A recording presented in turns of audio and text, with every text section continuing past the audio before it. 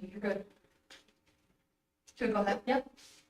Okay, we're gonna call the meeting of Wednesday, October 30th, Planning and Zoning Commission to order. Begin roll call, please. Kim Croucher. Here. Daryl McFarland. Here. David Allgood. Here. Jessica Roberts. Yes. Nate Sorka. Here. Amy Ekberg. Here. And if I can entertain a motion to approve the agenda as written.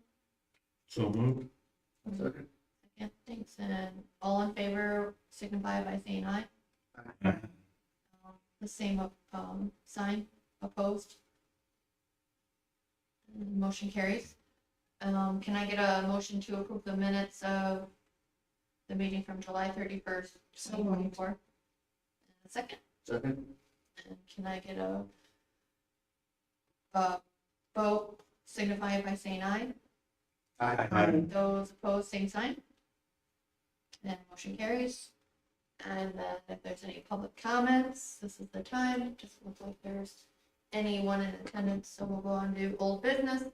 Number 2, motion to discuss approve comprehensive land use plan. Should I send this? Yeah, you can, or you can hold it.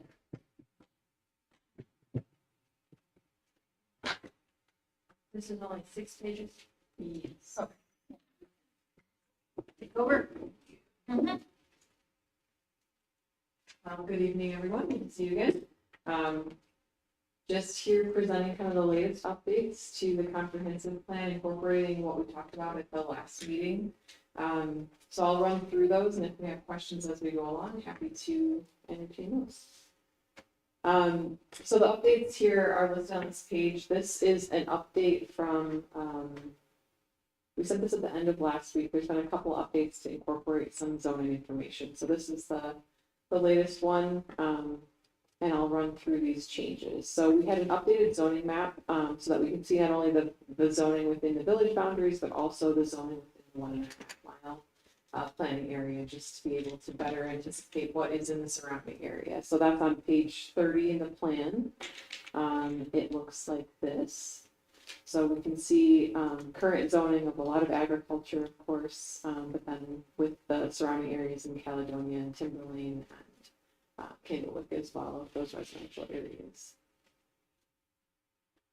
This also calls out some of the, of course, the boundaries of the village, the community separation areas, and some of the pre-annexations in these slightly more outlined ones. And we'll talk about that a little bit here in a second. We also did an updated future land use map to better align with the zoning. So the previous future land use map was more indicative of current conditions rather than truly projecting forward according to what the zoning map is. So we did alter that. That's on page 34 of the document. Or also here on the left, this future land use map. So the biggest change here from what the previous one was is that these areas currently in yellow, right now they're agriculture. So that's in the existing land use, you would see it as agriculture, but in the future, outlining that as residential area, which aligns with the zoning. And then the next update we did was regarding the pre-annexations, getting a better sense of what properties, what parcels are in the pre-annexation agreements. And then also this map kind of does a color coding of looking at when those agreements expire. So the ones that have already expired, these were just from 2023 to 2024. One happened, I think, just maybe a couple weeks ago, are in this dark color, and then expiring within 1 year, expiring in 1 to 5 years, and expiring in over 5. I think the latest one that was out there goes until 2048. So it's quite the range of, you know, where these agreements lie and what these parcels have for agreements in place. So when you say the pre-annexation expired, the one that is south of Orth? This one here? Yeah, that should be actually within the municipal boundaries, right? Because it's touching. It very well, let's look at the doesn't look like it is, but maybe it needs to be recorded as such. And if it's expired, that means that whatever the agreement in itself, regardless, is expired, but it should be in the municipal boundaries if it's touching, like it's showing. I guess I don't have access to what those agreements Yeah, say. so I'm not sure, maybe just pass it on to whomever, but if it's touching the annexation of the municipal boundary, then it should in fact be part of the municipal boundary. Mm. Means it's annexed, or they have to go through the motions, but essentially, Do we know if there was an action on that in the last, I guess it could be up to a year ago. No, we haven't had any annexations other than. right, but it would automatically be annexed because it's touching. You would have to obviously record it as such, or it would be recorded as part of the agreement. But if it just expired, then it would have already been touching, would have been making it and part of the municipal boundaries. Maybe that's something we can dig into a little bit to see what, if we should, if we redraw the village boundaries, because that would be one more parcel there. Where is This one. area right there to the south of War. Sure. And the attorney's here. Just note for the record, attorney. What? Richard, what's your last name? Bruin. Bruin. Is this the area that's directly across from the north end of the airport? Yeah. Yes. It would be across 76. Would this be the same area that was just recently developed by the, I can't remember the group. Yeah, the 501c3. I don't, without looking at a GIS and where they're at versus where this is. Where is the park, the mobile park? Way north, right? By Dawson Lakes Road. Yeah, they're Right. right. over there. This is not, I don't think. This one. Anyways, yeah, I would definitely check into that. Check. Or- Council, I think that's fine. Going back to the other updates. Here included information about the capacity of the north and south plants as received from Christoph and Zach McMahon Engineering. So this was a piece of, answering the question of how, even if we have a bunch of vacant subdivided lots, how many of them can we develop before we run out of capacity at the north plant? And so we added that information on pages 61, 62, and 73 of the document. And then I'll jump to kind of the summary here. There's, by the number of current vacant subdivided lots, i.e. your low-hanging fruit for development, there are 750 units that could be built. But there's only a capacity for 428 units. So, there is, there's a restriction there.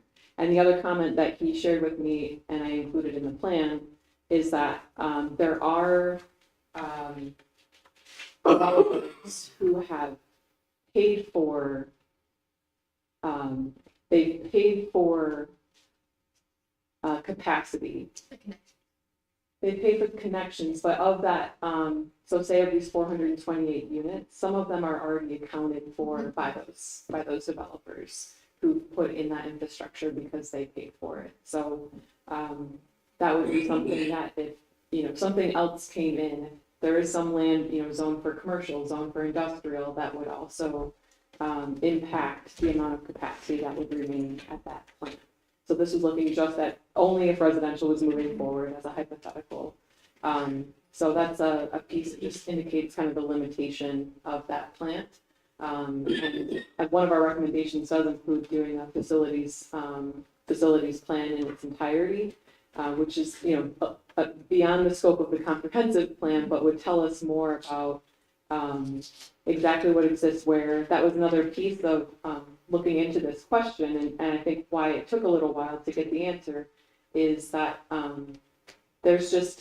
there aren't current maps out there indicating water and sewer lines for the village. And that's information that could be produced, and so that's one of the recommendations as part of that future plan, is to have those developed, because it only helps, direct future development. It makes it a little bit easier to indicate what's where, how much, what it's sized at, for that future development. Any questions on that piece? On the south plant, so, looking at these drafts here,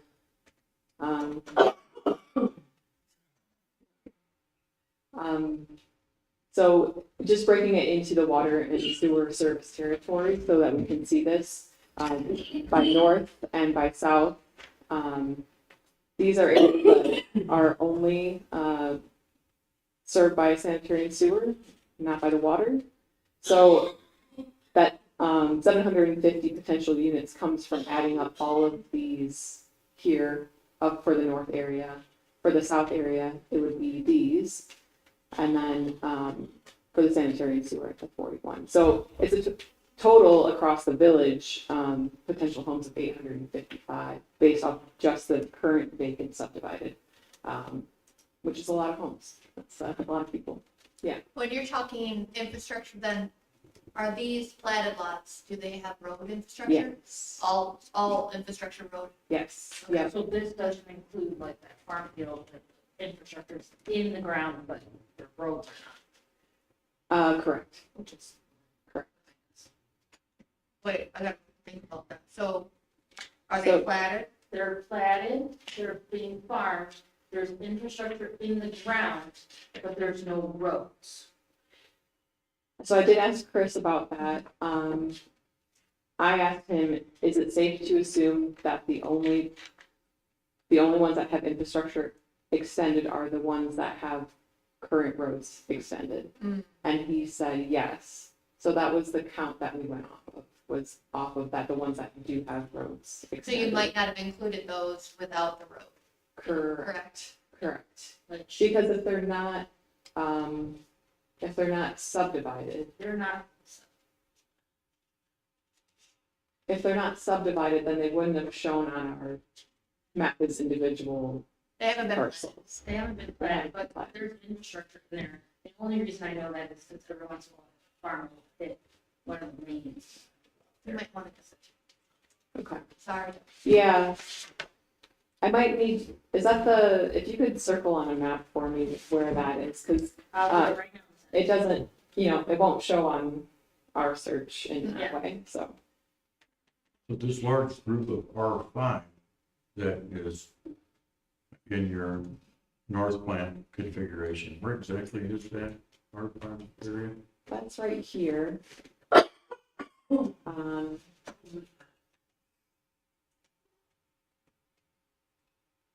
So just south of 173.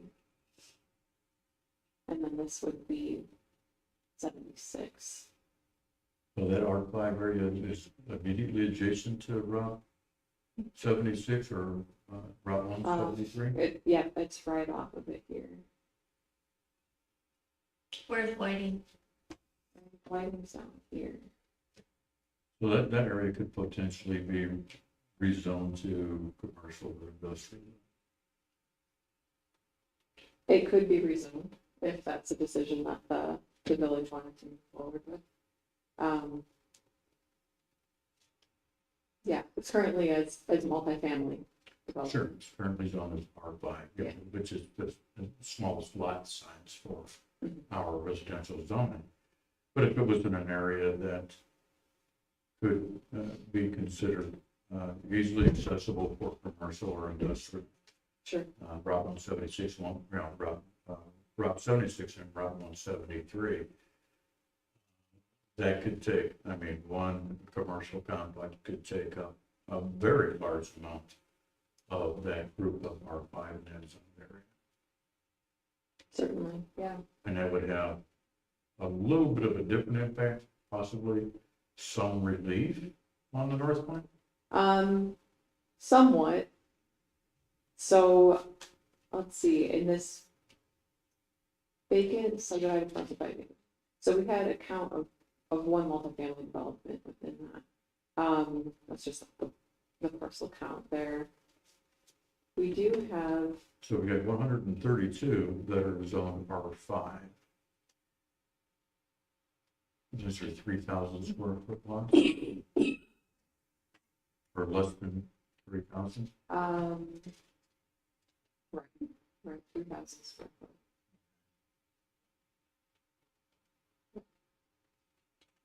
That's based on the current zoning, right? Yeah, we did not change it.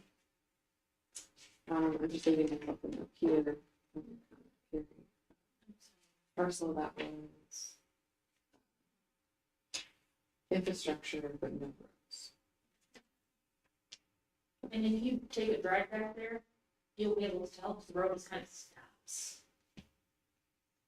So they started the subdivision and then.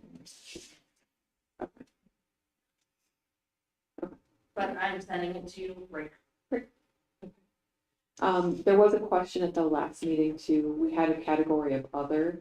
And so this circled area is just, or squared area, is those other. We just pulled it out and gave it, they're not necessarily the official neighborhood names, but it's a better indicator of the location of what we're talking about. So off of Main Street, there was a few parcels, and off of Cobblestone Trail, there was 28. So the other category is just gone. And that's updated housing tables and maps. The changes and recommendations, that was a request, I think, from Ken and the group, of if we had any, consultant team recommendations about priority. And so we just bolded those within the existing table.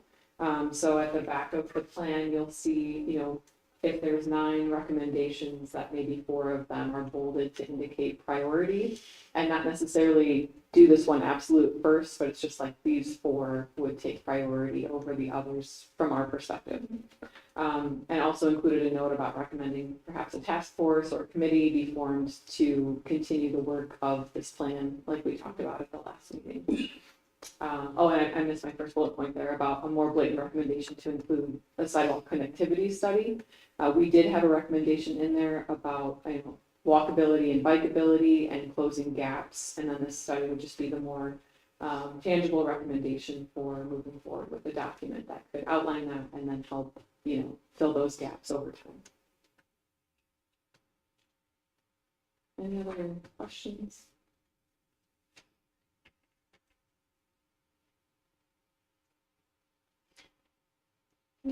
When you're talking about, so one of the recommendations, and I apologize, I didn't look at the detail, but facilities plan, is that one of the recommendations? And it, Okay. yeah. So Yep, that when was we're all. talking about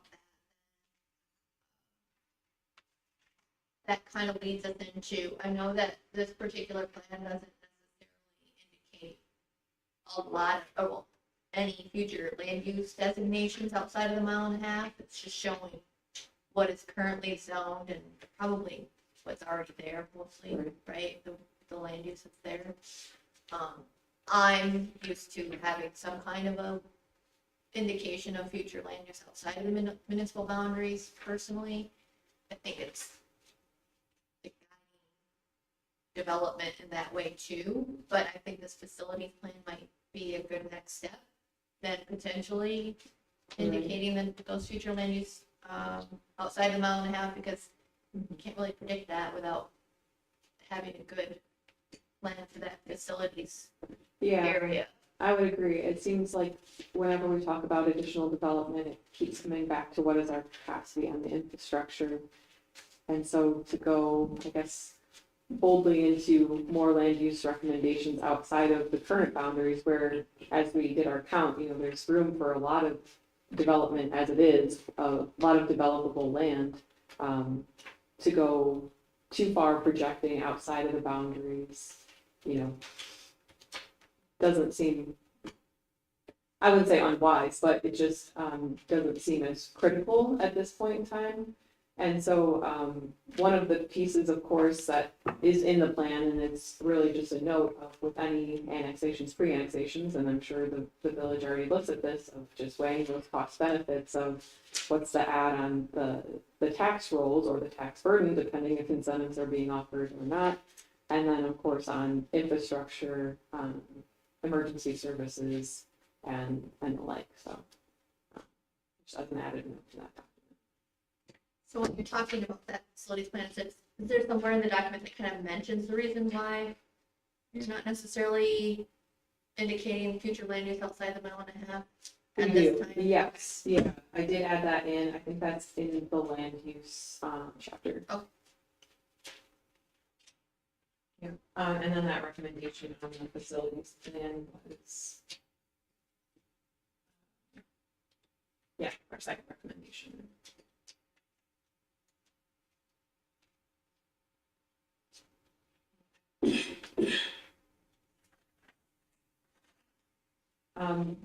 With these couple of pieces of follow-up, I can email those back out as I have them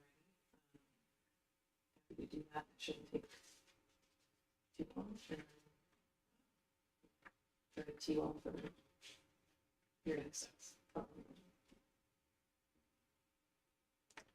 I will tell you, Ken wasn't able to be here. He did email me and say, and it looks good to him and it's okay. with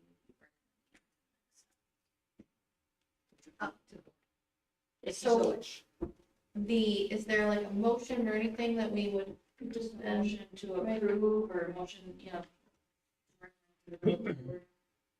You would like.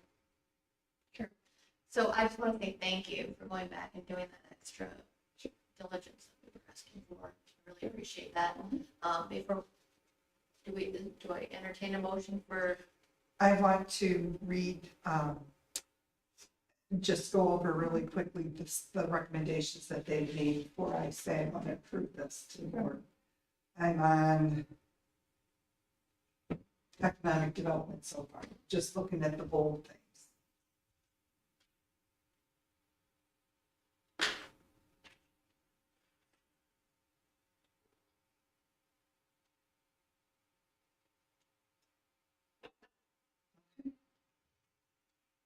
Looks okay.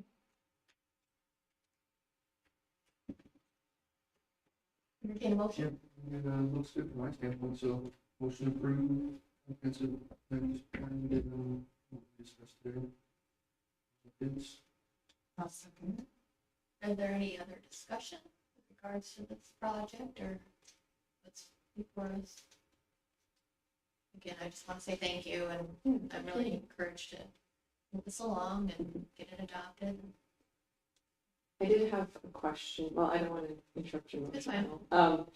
Just with going to the village board, if there will be anyone from this committee that might be joining for that discussion, and my only thought being they'll see kind of the work that we've done together to talk through the plan and recommendations. I can certainly still give the presentation if there might just be some opening remarks, or if someone felt comfortable or inclined to come from this committee to the board. November 13th is our first meeting, our second meeting is November 20th. 13th, right, the first one. I will be out of town on Thursday, so the 20th would be. I can make What day of the week? Wednesday. And we do, just as we're talking, we do have a special P and Z on the 21st. That Thursday. When is it? They can make it the first thing. And if it's not possible, I'm fine to come myself. I just, with the work that we did. If you all want me to, I can try to be there. I mean, I'll be there, I can Provide provide. I'm not thinking, but kind of far out, but yeah, I can do it. So I will put it on November 20th. did you say? So, yeah. 21st will still be at 6. But the 20th for the board meeting, if you would like to come, is at work. So we have a motion and a second Any further discussion? I'm gonna go ahead and do a roll call vote. Dave Zorka, Yes. Amy Eckberg. Yes. David Allgood, Yes. Kim Kropchak, Yes. Jessica Roberts, Yes. Daryl McFarland. Yes. And that motion carries and goes on to the November 20th, right? Yes. Okay. And then seeing that there's no other business, entertain a motion to adjourn. So moved. Okay, and do I have a second? Second. All in favor, signify by saying aye. Aye. Any opposed, same sign. And the meeting is adjourned. Thanks. Thank you. Thank you. Oh. I gotta- No, I was, you jinxed I gotta me. go down. What was the other? I said I didn't have coffee once all day and then. Oh, it's like, Yeah. It's in work. can I So drop it's off, like, you're fine. can I drop off those egg cartons at school? Yeah, you can, I'm so sorry, this was designating something this night, because we didn't do anything. It's fine. Yes, absolutely, tomorrow or whenever at school is fine. Okay. Before Friday, I want to Express. Okay. They're okay. before the weekend.